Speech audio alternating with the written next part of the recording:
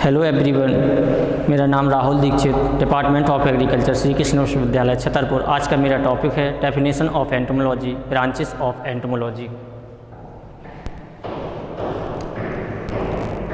Definition and entomology object, branches of entomology.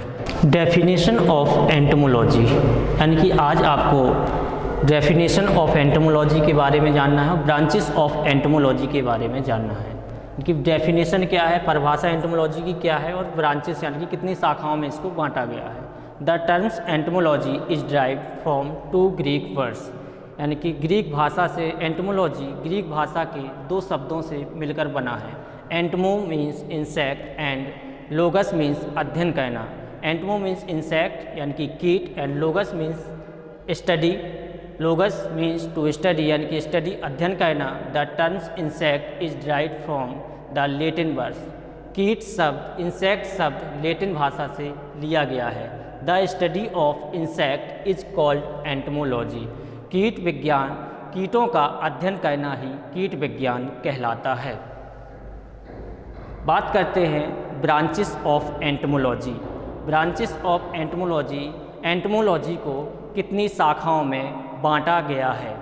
First है आपका insect morphology, यानी कि मार्फोलॉजी आकारिकी के अंतर्गत, मार्फोलॉजी आकारिकी के अंतर्गत कौन कौन सी पार्ट्स का अध्ययन किया जाता है उसके बारे में जानना है। तो the study of insect body parts, उनके पार्ट्स का अध्ययन करना, बॉडी के आकार की यानी कि बाहरी आवरण का अध्ययन करना। वेल एज देयर फंक्शन, उनके कार्यों का अध्ययन करना। Is studies in this branch of entomology, उनके कार्यों का अध्ययन करना ही एंटोमोलॉजी के इंसेक्ट मार्फोलॉजी के अंतर्गत आता है। This branch deals mostly with the external body parts of in insect, यानी कि मोस्टली उनके बाहरी आवरण के पार्ट्स और कार्यों का अध्ययन करना इंसेक्ट मार्फोलॉजी के अंतर्गत आता है। यानी कि बॉडी पार्ट्स के उनके बाहरी आवरण का, जो फीमेल शॉर्ट हर्नल ग्रासहोपर का आपके पास सामने चित्र है, इसमें 3 पार्ट्स में ग्रासहोपर को बांटा गया है, हेड, थोरैक्स एंड एब्डोमेन। तो मेरे कहने का मतलब ये है कि इनके बाहरी आवरण, जो भी इसके बाहरी आवरण हैं, उनका अध्ययन मार्फोलॉजी के अंतर्गत किया जाता है। जैसे antenna, simple eyes, compound eyes, mandible, labrum, mouth, femur, tibia, tarsus, labium, maxilla, ये सारे जितने भी इसके हेड, थोरैक्स एंड एब्डोमेन के अंतर्गत जितने भी इसके बाहरी आवरण में जो पार्ट्स रखे गए हुए हैं, उनका अध्ययन करना मार्फोलॉजी के अंतर्गत या कह सकते हैं हिंदी आकारिकी के अंतर्गत आता है। अगली जो आपकी ब्रांचेस है वो है आपकी इंसेक्ट फिजियोलॉजी। इंसेक्ट फिजियोलॉजी के अंतर्गत आप क्या अध्ययन करते हैं, तो उसमें आप देखेंगे कि this branch of entomology deals with various functions and behaviour system present inside the insect body. उनके बाहरी आवरण का अध्ययन मार्फोलॉजी, अब बात करनी है इंसेक्ट फिजियोलॉजी की, तो उनके बाहरी वातावरण का अध्ययन करना और उनके इकोसिस्टम का अध्ययन भी इसमें शामिल है। उनके कार्यों का, वातावरण का अध्ययन करना फिजियोलॉजी के अंतर्गत रखा जाता है। Insect body, it also include the study of behaviour of different insect with the environment of और इकोसिस्टम। पर्यावरण का संतुलन एवं इकोसिस्टम भी फिजियोलॉजी के अंतर्गत रखा जाता है। वातावरण में होने वाले कार्यों और उनके इकोसिस्टम की जानकारी, इंसेक्ट के इकोसिस्टम की जानकारी इंसेक्ट फिजियोलॉजी के अंतर्गत रखी गई है। अगली जो आपकी ब्रांचेस है वो है इंसेक्ट टैक्सोनॉमी। इंसेक्ट टैक्सोनॉमी वर्गीकरण, यानी कि इंसेक्ट का वर्गीकरण किस बेस पे करना है, कैसे आपको उसका वर्गीकरण नामकरण कर सकते हैं, आप उसका वर्गीकरण कैसे, उसका नामकरण करके उसको आप एक निश्चित इंसेक्ट के निश्चित फाइलम, क्लास या order, family, genus and species में आप उसको वर्गीकृत कर सकते हैं। किसी भी इंसेक्ट का क्लासिफिकेशन करने के लिए, टैक्सोनॉमिकल क्लासिफिकेशन करने के लिए उस इंसेक्ट का पूरी जानकारी होना आवश्यक है।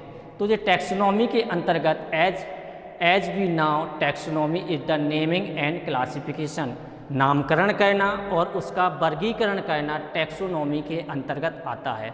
जैसे ग्रास होपर का आपको वर्गीकरण करना है तो सबसे पहले उसका phylum, class, order, family, genus and species, किसी भी इंसेक्ट का टैक्सोनॉमिकल क्लासिफिकेशन करने के लिए उसके फाइलम का होना, phylum, class, order, family, genus and species का होना बहुत ही आवश्यक होता है।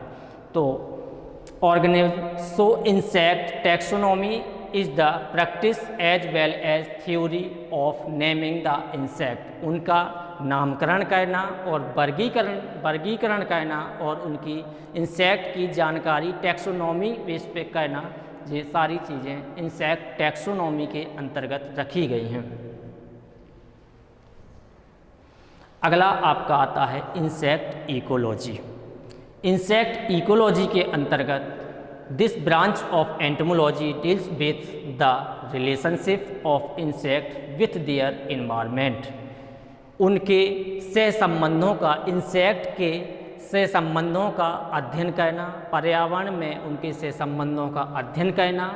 और this branch focus on the study and analysis of presence of insect in an ecosystem, उनके वातावरण का अध्ययन करना, पर्यावरण में होने वाले वातावरण का अध्ययन करना और इकोसिस्टम से संबंधित इंसेक्ट की लाइफ साइकिल का अध्ययन करना भी इंसेक्ट इकोलॉजी के अंतर्गत आता है। इंसेक्ट इकोलॉजी में उसके लाइफ साइकिल का अध्ययन करना और उसकी किस बेस पे उसकी कितनी लाइफ साइकिल, उसके जीवन चक्र जो है, कितनी जीवन चक्र इसका रखा गया है, उसका अध्ययन भी इंसेक्ट इकोलॉजी के अंतर्गत किया जाता है। अगला आपकी जो ब्रांचेस ऑफ एंटोमोलॉजी है वो है इंडस्ट्रियल एंटोमोलॉजी। इंडस्ट्रियल एंटोमोलॉजी के अंतर्गत आप देख सकते हैं कि गोदामों में जो भंडारण में जो आपके कीट लगते हैं उसका अध्ययन आसानी पूर्वक आप कर सकते हैं। तो the branch of entomology deals with the study as well as rearing of insect for business of beneficial purpose, this includes honey bee और apiculture. The branch of entomology deals with the study as well rearing of insect. तो industrial entomology के अंतर्गत आप गोदामों में लगने वाले जो इंसेक्ट हैं उनका आपको अध्ययन करना है और उसका मैनेजमेंट आप इंडस्ट्रियल एंटोमोलॉजी के अंतर्गत कर सकते हैं। और apiculture, butterfly, silk moth etc, यानी कि आप मधुमक्खी पालन और ततैया, सिल्क मोथ का भी अध्ययन आप एंटोमोलॉजी में करते हैं, इंडस्ट्रियल एंटोमोलॉजी में। Branch of entomology actually deals with benefits of Mankind. तो उनका अध्ययन आप आसानी पूर्वक इंडस्ट्रियल गोदामों में लगने वाले कीटों का अध्ययन एवं उनका मैनेजमेंट करना इंडस्ट्रियल एंटोमोलॉजी में करते हैं। अगला जो आप देखेंगे एग्रीकल्चरल एंटोमोलॉजी। एग्रीकल्चर एंटोमोलॉजी में जो आसानी पूर्वक, अगर आप एग्रीकल्चर एंटोमोलॉजी की बात करें तो एग्रीकल्चर एंटोमोलॉजी में जो आपकी फसलों को निश्चित रूप से हानि पहुंचाते हैं, या कह सकते हैं आप डैमेजिंग कंडीशन ऑफ इंसेक्ट, जो आपकी फसलों को हानि पहुंचा रहे हैं, और जो आपकी फसलों के लिए बेनिफिशियल इंसेक्ट हैं या जो आपके लाभदायक इंसेक्ट हैं, उनका अध्ययन भी आप एग्रीकल्चर एंटोमोलॉजी में कर सकते हैं। एग्रीकल्चर एंटोमोलॉजी में फसलों में डैमेजिंग पहुंचाने, यानी कि फसलों को नुकसान पहुंचाने वाले कीटों का अध्ययन एवं उनको लाभ पहुंचाने वाले कीटों का अध्ययन एग्रीकल्चरल एंटोमोलॉजी में करते हैं। The branch of entomology that deals with the study of controlling insect from damaging the crop, यानी कि जो क्रॉप को नुकसान पहुंचाते हैं, फसल को नुकसान पहुंचाने वाले इंसेक्ट का अध्ययन in the field in called as crop protection entomology. Crop protection entomology यानी कि जो एग्रीकल्चर एंटोमोलॉजी में है, फसलों को नुकसान पहुंचाने वाले इंसेक्ट का अध्ययन और फसलों को लाभदायक, यानी फसलों को लाभदायक इंसेक्ट होते हैं उनका अध्ययन भी आप एग्रीकल्चरल एंटोमोलॉजी में करते हैं। बात करते हैं medical and veterinary entomology. Medical and veterinary entomology के अंतर्गत आप कर सकते हैं कि insect not only harm and harms but also animals. Insect ना कि आपकी ह्यूमन के लिए आपको आवश्यक है, ह्यूमन को ही नुकसान नहीं पहुंचाता है, बट आल्सो एनिमल, यानी कि इंसेक्ट जो है जानवरों को भी नुकसानदायक है, जानवरों को भी नुकसान पहुंचाता है। This branch of entomology deals with the insect that harm not only humans but effect animals.